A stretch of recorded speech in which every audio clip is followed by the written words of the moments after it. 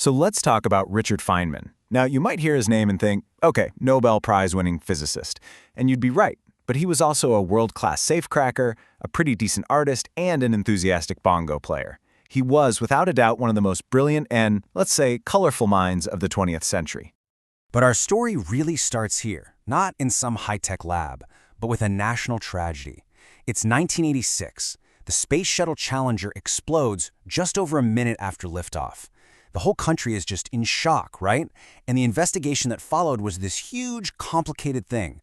But it was Richard Feynman, using his own unique way of thinking, who was going to cut right through all the bureaucracy and find the simple, chilling truth. And this quote, this really gets to the heart of who he was. He wrote this as part of his official report on the disaster. For Feynman, the truth, I mean the actual truth, was everything. Nature doesn't care about press releases or what we want it to be true. It has rules. And Feynman's genius was in figuring out those rules and, maybe more importantly, explaining them to the rest of us. So who was this guy, really? It's almost impossible to stick him in one box. He was a complete paradox. A guy working on the most top-secret project in the world who loved playing pranks. A genius theoretical physicist who loved to play the bongos. His colleagues even said he spoke like a bum. He just wasn't like anyone else.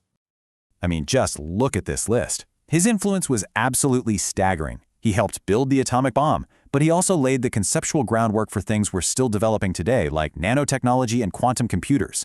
He won the Nobel Prize for completely revolutionizing a field called quantum electrodynamics, and he still found time to become this incredibly popular author and lecturer. It's just wild. So you have to ask, right?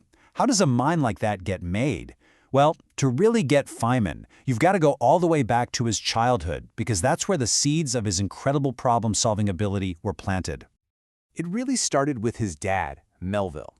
See, his father didn't just cram facts into his head. He taught Richard how to observe, how to question everything, and how to figure things out from the ground up.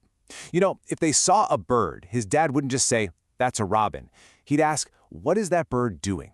Why do you think it's doing that?"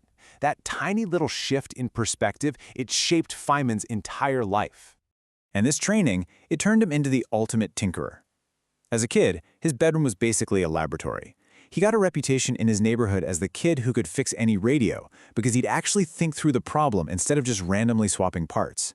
And get this, by the time he was 15, he taught himself advanced calculus. He wasn't just learning stuff, he was doing stuff. And this one story just captures him perfectly.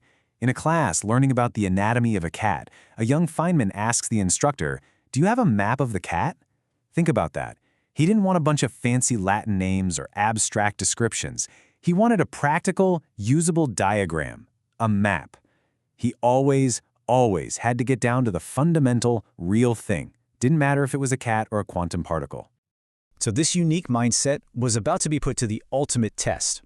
As this brilliant, kind of quirky young physicist, Feynman got recruited for the most secretive, most high-stakes project of the Second World War. Yep, he ended up at Los Alamos, working on the Manhattan Project. And even though he was only in his mid-20s, he immediately impressed all the big shots like Robert Oppenheimer and was made a group leader. But to deal with all that intense pressure, he famously taught himself how to crack the top-secret safes. He'd leave little notes inside, basically just to show them their security systems weren't as great as they thought. Classic Feynman. Okay, so after the war, physics had a huge problem.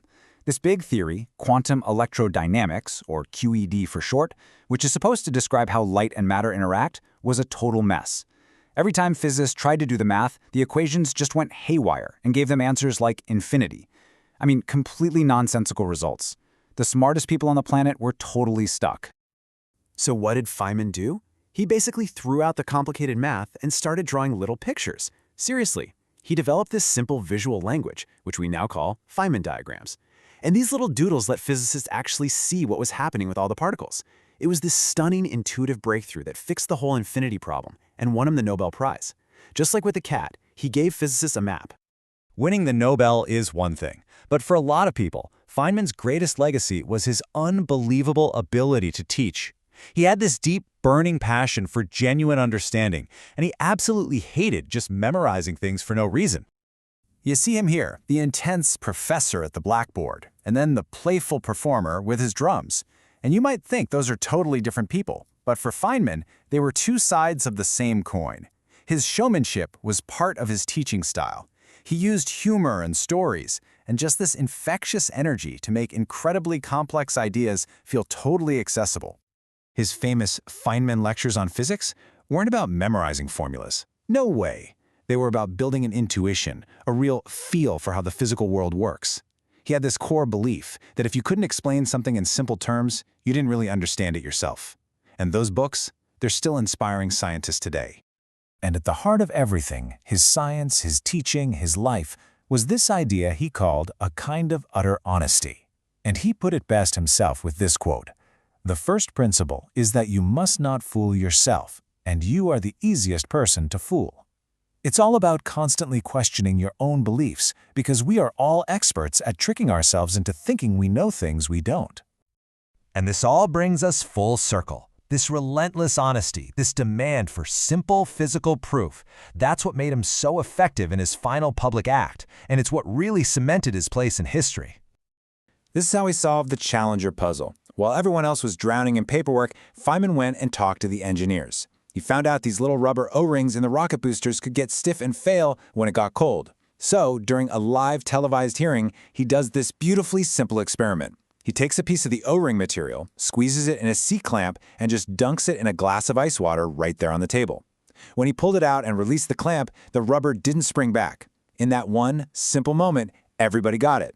Nature cannot be fooled. Now, this commitment to unvarnished truth, it defined his public life, but it also extended to his personal life, and his own writings reveal a much more complicated person. While we celebrate the genius teacher, it's also true that his autobiographies detail a personal life, particularly his attitudes and behavior toward women, that was and is seen as deeply problematic. It led to protests and allegations that are an undeniable part of his story. So while his personal character is definitely complex and up for debate, the legacy of his scientific ideas is just undisputed. We're talking about a guy who envisioned nanotechnology decades before it was a buzzword. He was one of the very first people to dream up a computer based on the weird rules of quantum mechanics. His work is still shaping our world, and his personality made him a genuine cultural icon. Ultimately, Feynman's life was just a masterclass in curiosity, in thinking from the ground up, and in having the guts to challenge authority when you're searching for the truth. And in a world that's just overflowing with information and spin, you have to admit his approach feels more important than ever. It really leaves us with a question, doesn't it? What happens when we, like Feynman, start demanding to see the proof for ourselves?